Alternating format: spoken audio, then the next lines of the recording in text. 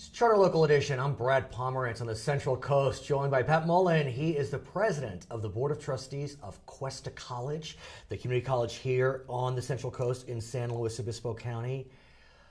3, 4, 5 years ago when I was speaking with you and other trustees and the superintendent, the news was dicey. It was concerning. You were in an accreditation crisis. Take us back. Well, not only accreditation, but also the state budget. Yeah. So we had a number of challenges. Oh, yes, you did. That we were really challenged with overcoming and how to do that. Fortunately, the college took ownership really of those issues, and rather than really just complain about what was happening with the state or what was happening nationally with accreditation concerns, we really wanted to look at what could we do and what did we do to contribute to where we were. And so I think taking that ownership and the whole college coming together, all the different groups on campus and really pulling together made a huge difference in where we are now, which is looked at as frankly one of the models. Right. Literally, you brought back Gil Stork, who had been with the college a few years back, after having a series of presidents come and go for reasons we needn't address today. And you just, whipped this into shape and turned it around and got reaccredited. And now Cuesta, like you said, is a shining beacon. And I wish it was as easy as you just made it sound, whipping it into shape. Yeah. But you're right, we did take a number of steps that really helped. And one of them was making the phone call to see if Dr. Stork would be interested in applying for the presidency, president superintendent's position when it became open again, and brought him back. And between that, some of the work that we did on campus with the other stakeholder groups, and frankly the work in the community with the community that really supported Cuesta when we were really going through some tough times and budget cuts to really make the changes that we needed to make as a board to size the college to fit with what the new state funding was going to be going forward to be sustainable. And apparently the community appreciated what you had done, because in 2014, right after the accreditation crisis, you went to your voters and said, we want to really revitalize our campus, and we are turning to you to tax yourselves so we can do this. And the voters said yes in a big way. 2014, not the most progressive year in terms of electoral successes, and yet Measure L passed, and now this bond is in full effect.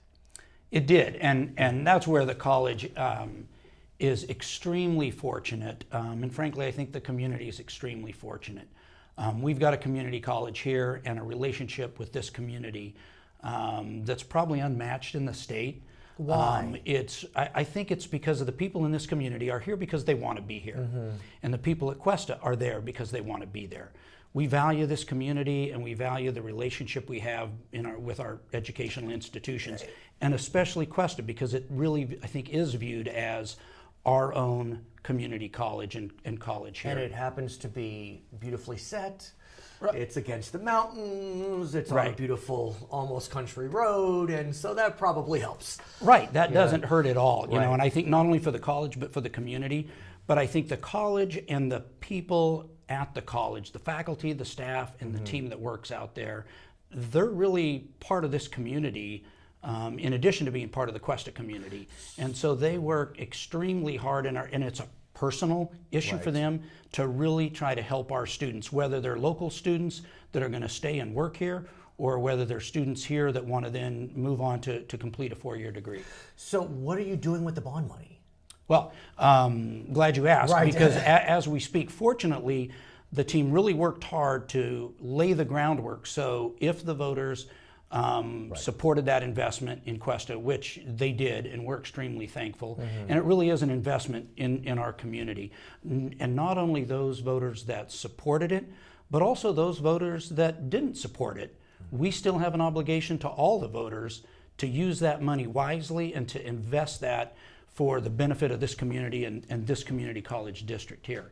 And so we take that very seriously to heart. All 5 of us trustees, as well as our student trustee. We do have a student trustee. Which I like. And it's great, and it really helps add a perspective. But we're really, and our team worked to lay the groundwork so once that bond passed, we were ready to hit the ground running in filing plans with the state architect and in getting the approvals needed. So actually today, we're coming out of the ground as we speak on both the San Luis campus and our North County campus up in Paso Robles, with two of those first facilities that are actually being constructed. What are they? And are coming out. One is a campus center in San Luis Obispo that will house new high-tech classrooms on the bottom floor. It's a 32,000 square foot building. It'll also have new forums that'll be the larger forum type for students to use. So it really helps, the investment in providing those students the type of learning environment and type of technology that you really need to compete in today's world. And then it'll also have other offices and stuff. As you know, in November, there will be an initiative on the ballot statewide.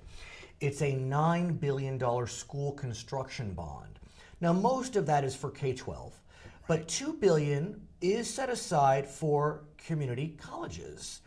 And there are a lot of community colleges in the state, I think 112 or 13. So 113, you're right. And so, the money will be spread around nicely.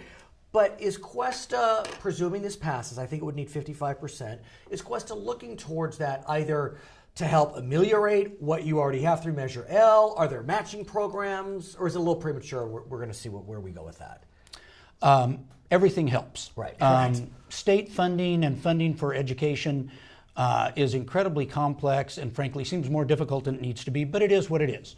But there is a shift to more local support and funding that the state has been pursuing and that all of us, are having to deal with.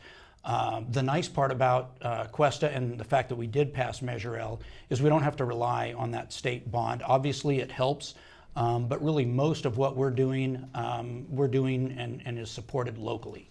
And that's a real benefit in a lot of ways. Also on the ballot will be an extension of part of Proposition 30, only the part that taxes the wealthiest among us. The state sales tax will lapse. It's going to happen. Right. And that state sales tax, that money helped K-12 and K-14. It's undeniable.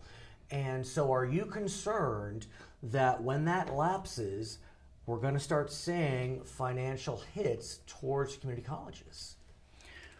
Well, kind of to build on the last comment, we're always concerned about the funding for education and community colleges in particular, and Cuesta specifically, and what happens with the state budget. One of the things we did when we went through that state budget crisis was to institute a 5-year budget process. So we actually take a longer look than 1 year when we're looking at budgeting, because you just have to with the way the state kind of can be cyclical in its funding and the funding support for Cuesta and community colleges. So it is something we're interested in. In fact, it's going to be on our agenda for next month. I see. To take a look at that and consider taking a position on that. But again, it's not the only thing. We're having to, frankly, plan and prepare for whether it passes or whether it don't pass, or whether it doesn't pass. Right. And that's part of that 5-year budgeting that we're now doing as a college to help smooth those kinds of peaks and valleys. Because you do bring up a point. I mean, we know we're losing the state sales tax, but the extension on the millionaires, it could fail. And so the state sales tax was the biggest part of Prop 30, but if all of it goes away, I mean, what happens? Yeah, well, that's why we've got a 5-year budgeting process that we can look at what are the peaks and valleys that could occur, because it can also be affected, even larger by the economy. Right. Is the economy going to continue to grow? Is it going to slow down? We don't know. So it really helps having that broader, longer term view, because it helps us plan for how can we continue to be sustainable and really thrive as a college in this new reality with less funding than we used to get from the state. He is Pat Mullen. He is president of the Cuesta College Community College District. I'm Brad Pomerance, Charter Local Edition.